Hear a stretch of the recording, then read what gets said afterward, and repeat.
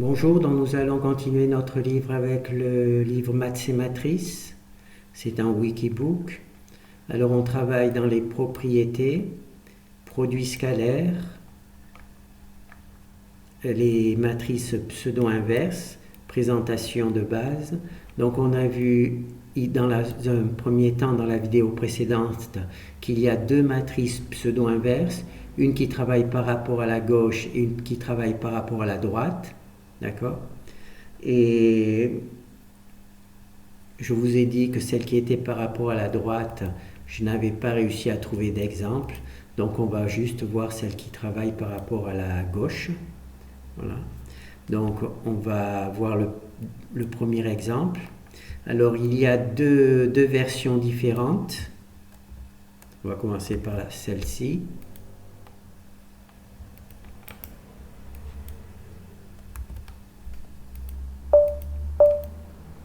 Donc là, cet exemple propose des matrices aléatoires et on trouve la matrice pseudo-inverse en utilisant les vecteurs singuliers et les valeurs singulières.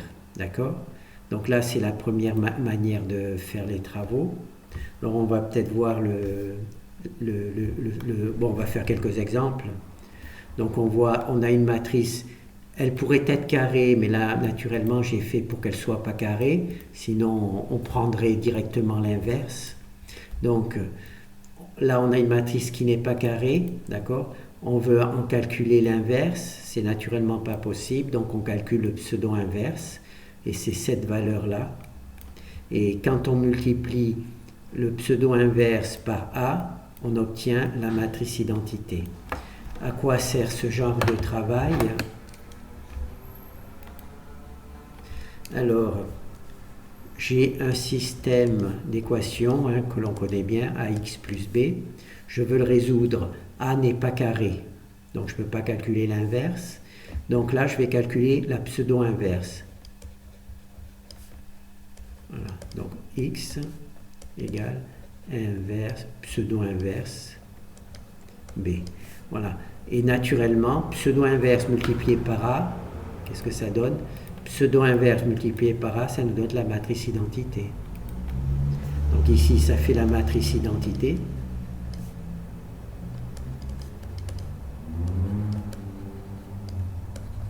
Naturellement, là, ça fait 1, donc ça nous donne X. Voilà.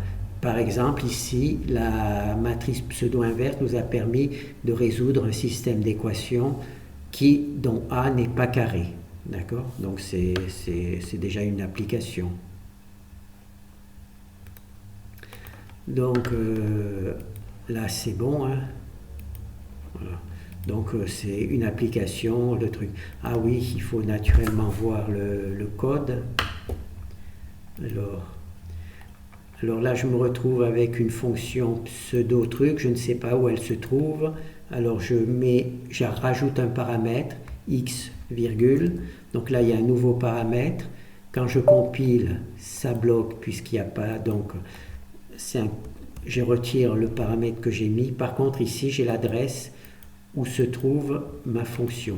Alors, ma fonction se trouve dans le répertoire, dans le fichier VDR, là où c'est qu'il y a tous les valeurs singulières. D'accord? Par rapport à ARN. D'accord? Il y en a deux, un c'est par rapport à CN et celui-ci c'est à RN. D'accord? Donc si vous n'avez pas cette fonction, comme il n'y a pas longtemps que je l'ai inscrite, il suffit donc que vous rechargiez ce fichier et cela vous apportera la nouvelle fonction. Donc là on a notre fonction pseudo-inverse. Alors l'algorithme, je crois qu'on l'a déjà vu. Alors il faut calculer les vecteurs singuliers U et V.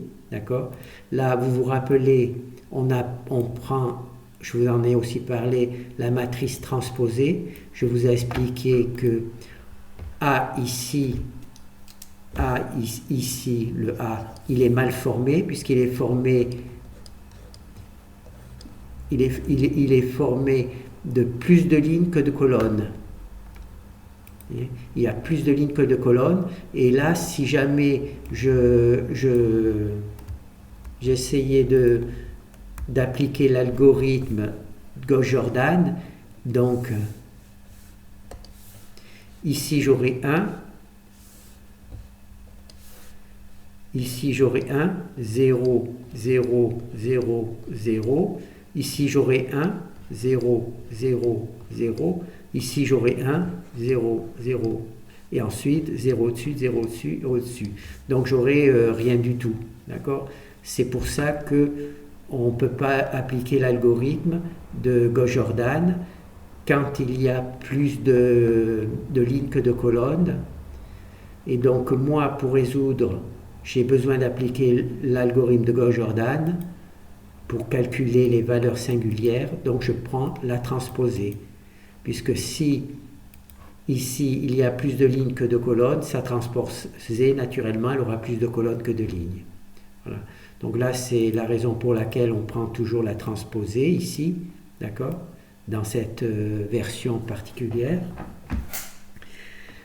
Alors, une fois qu'on a calculé les vecteurs singuliers U et V, on va tout simplement calculer le vecteur diagonal. Vous vous rappelez la décomposition d'une matrice A en S, V, D, c'est pas dans l'ordre, en fait c'est V, U, non, V, S, U. Il y a un T quelque part. La décomposition d'une matrice A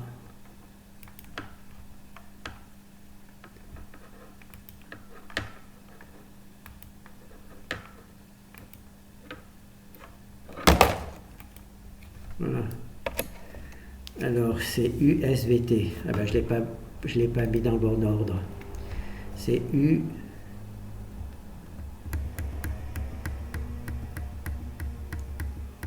Alors c'est U, S et V transposé. Donc là c'est notre matrice par contre je ne sais plus pourquoi j'ai dit ça. Ah oui, c'est pour calculer le S, d'accord.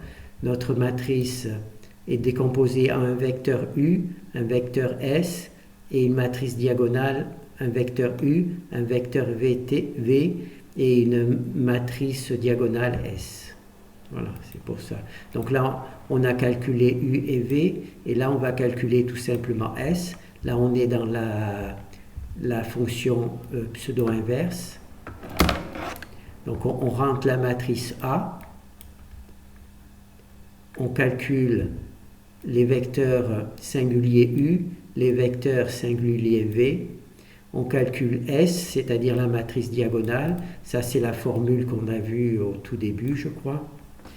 Donc là, il faut prendre l'inverse et la transposée de S, et on fait tout simplement ce calcul pour obtenir la matrice pseudo-inverse.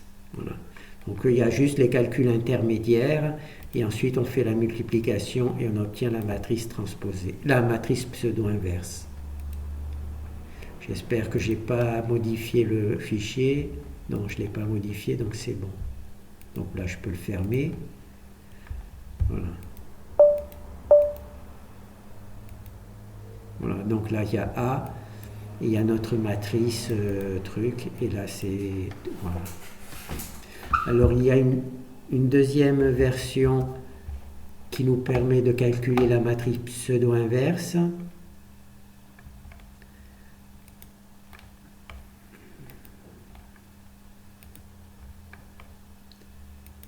Voilà.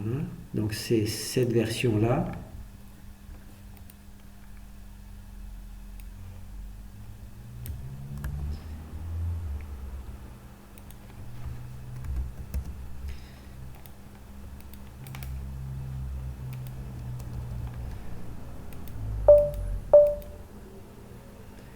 Voilà.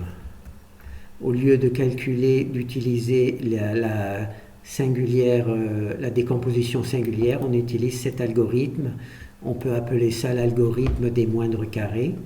D'accord? Donc là, on va en faire plusieurs. Vous voyez, à chaque fois, donc là, on a notre matrice. Là, A transposé, AT. Et quand on calcule cet algorithme-là, on obtient bien, quand on multiplie cet algorithme-là par A, on obtient bien exactement la même chose qu'avec la matrice transposée.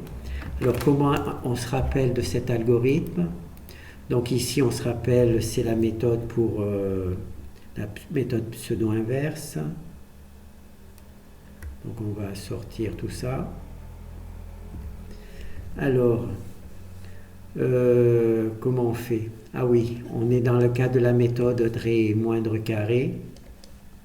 D'accord? On est dans le cas de la méthode. Donc on s'est aperçu que quand on multiplie AT par X et AT par B, ça nous permet d'avancer dans la matrice, puisque là A n'est pas carré, cette matrice-là est carrée. D'accord? Donc on va transformer cette matrice-là qui n'est pas carrée, dont on n'est pas capable de faire grand-chose, en une matrice A transposée qui est carrée.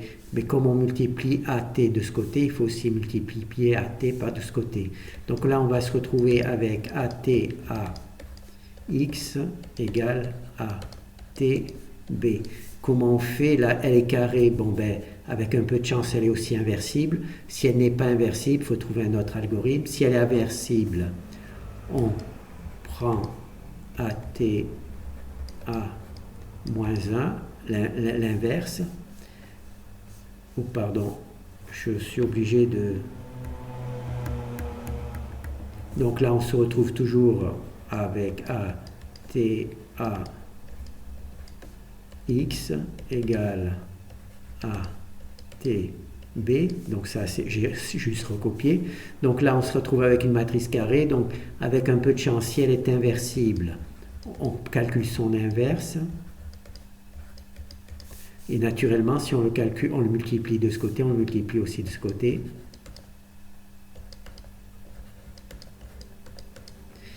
Et une fois qu'on a multiplié une matrice par son inverse, on obtient la matrice identité.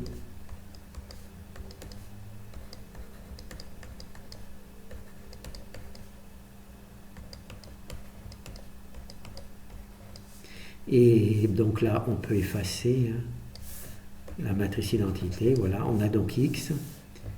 Et cette valeur-là, c'est tout simplement l'algorithme des moindres carrés. On va le mettre. Voilà. C'est l'algorithme des moindres carrés.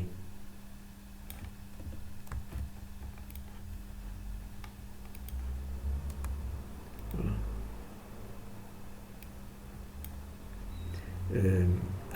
ATA, inverse AT. Voilà, c'est comme ça que vous pouvez vous rappeler de cet algorithme. Donc on a donc deux algorithmes qui nous calculent la matrice pseudo-inverse. Notre question est maintenant, est-ce que ces deux pseudo-inverses donnent les mêmes valeurs? Donc on va essayer de voir ça. Alors là, entre les deux, ces deux versions-là, elles sont statiques et elles utilisent les mêmes valeurs. Donc ça, une fois avec la matrice pseudo-inverse et une fois avec la matrice des moindres carrés. Donc on va lancer. Donc ici, on a la version 1 avec la fonction pseudo-inverse et on va voir l'exemple 2.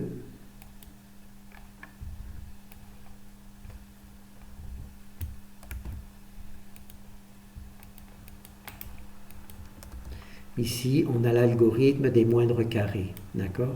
Et on a exactement les mêmes valeurs au départ. On a les mêmes valeurs au départ. Voilà.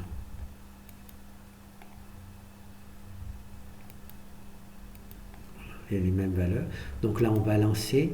Alors, on va un peu modifier l'affichage. On va vérifier le résultat. Ici, c'est la matrice pseudo-inverse. Je vais mettre 12 chiffres significatifs.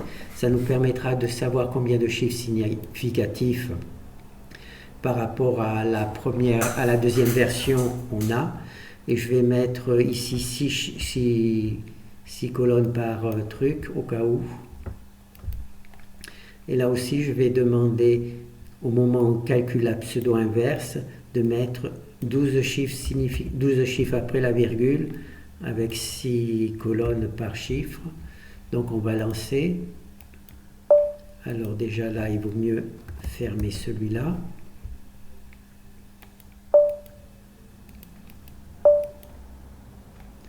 Alors là, c'est le calcul avec la méthode pseudo-inverse. Voilà. Donc là, c'est le calcul avec la méthode pseudo-inverse. Maintenant, on va faire...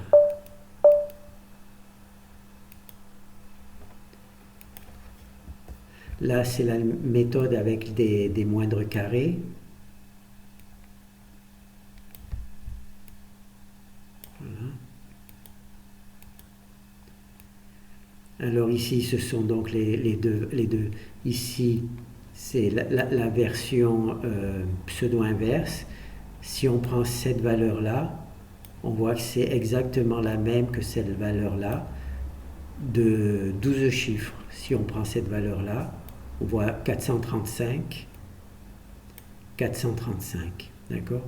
On voit que les deux algorithmes, un qui utilise les valeurs singulières et les vecteurs singuliers, et là où on utilise l'algorithme des moindres carrés, que j'appelle comme ça les moindres carrés, et on obtient avec 12 chiffres après la virgule. C'est quand même balèze, hein?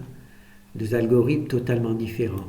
Alors cet algorithme, comme je vous ai dit, ne fonctionne que si ATA, c'est-à-dire la transposée de A multipliée par A, est inversible.